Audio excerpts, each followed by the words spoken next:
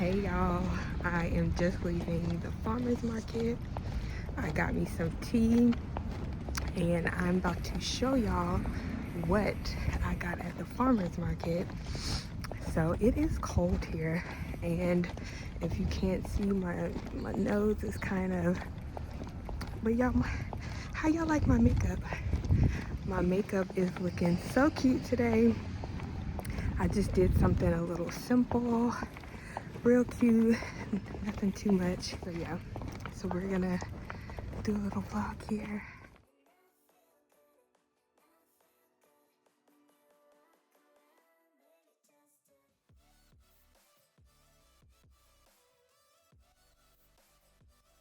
Hi, and welcome back to Blooming with Dee. My name is Dee, and in today's video I'm going to show you guys things that I got at the farmer's market. I decided to go to my local farmer's market. I hadn't been to the farmer's market in forever, so it's a beautiful day outside, but it's a little chilly where I'm at, so I decided to come down here and do a little bit of shopping and show you all of the yummy things that I got. So one of the first things that I got was this tea, but it's apple spice flavored, and I'll link everything down in the description box below. I am an avid tea drinker. I don't really drink coffee just because the caffeine in it just makes me very wired up. So when I did drink this, it was so good, so I told them to throw it in the bag. And the great thing about this is that I was able to get a free tea while I was walking around, which just kept me warm while I was just looking at all the other amazing fruits and vegetables that they had in season. And the one that I got hot was the mint basil, if I'm not mistaken, and it was so good. So that was one of the first things that I got. So if you see me looking over here, I have my little bag that I go shopping with at the farmer's market. So another great steal that I got was all these peppers, guys. There's about 5 or 6 peppers in here. They're all organic, and it was $5.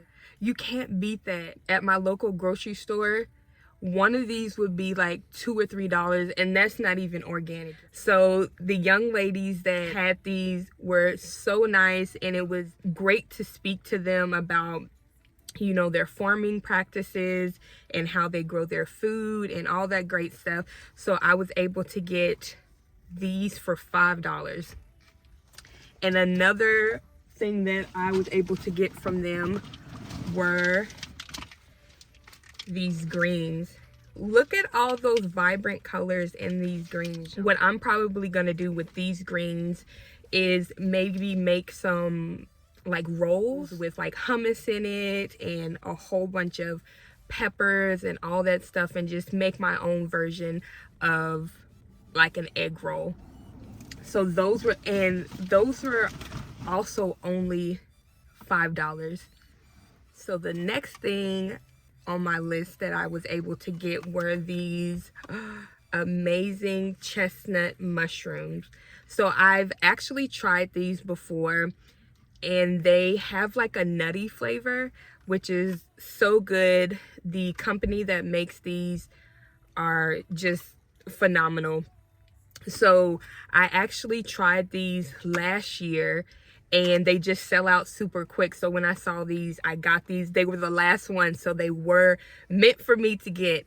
And I usually use these like in a vegan risotto. So I like cut them up, make a risotto, and it's so good. So if you haven't tried chestnut mushrooms, go to your local farmer's market, and if they have it, pick it up, make a risotto, and chef's kiss. It's so good. And then the next pair of mushrooms that I was able to get were, I'm pretty sure you guys know what this is, but I don't want it to fall apart. were these lion's mane mushrooms. So I was able to get this head of lion's mane mushrooms. I'm so excited. As you can't tell, I love cooking and I love food. That's like my love language. So you can do a whole bunch of things with lion's mane mushrooms. So what I might do is, like I said, I might make some steaks and just like pan fry them, season them up, add some asparagus on the side with some wild rice or something. But those were my other mushrooms that I got.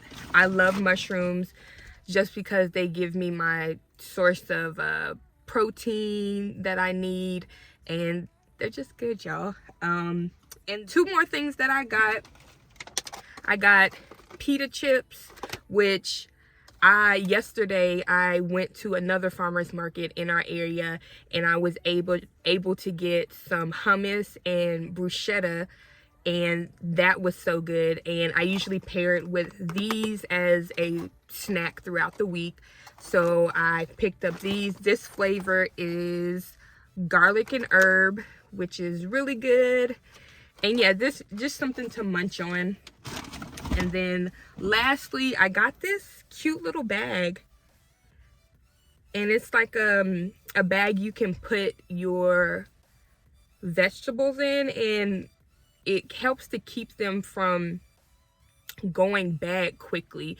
Because if you put them in plastic, I feel like that they tend to go bad quicker. So keeping them in this bag right here, in this material, just allows them to stay fresher a little bit longer. So I bought this bag, and yeah, that is a bulk of things that I bought. I had such an amazing time coming and just seeing all the seasonal fruits and vegetables that they have right now. So if you haven't been to your local farmers market, this is definitely your sign to go. For me, I think it's such a grounding experience, and it's such an eye-opening experience to go to your farmer's market, whether it's been your first time or your hundredth time going, because you're able to not only support your community, but you're able to connect with your farmers compared to if you were going to your local grocery store. And the thing about that is, when you're able to bypass the middleman and go straight to the farmer, you're actually able to know what's in your food. You're able to ask these farmers about their growing practices, what they put in their soil, and how they actually grow their food, whether it's, you know, organic, whether it's GMO, all these things. Any questions that you have about the fruits and vegetables or the different practices they do when it comes to farming, you can actually ask these small farmers, because they're the ones that are growing these foods, compared to if you were going to these big corporate companies.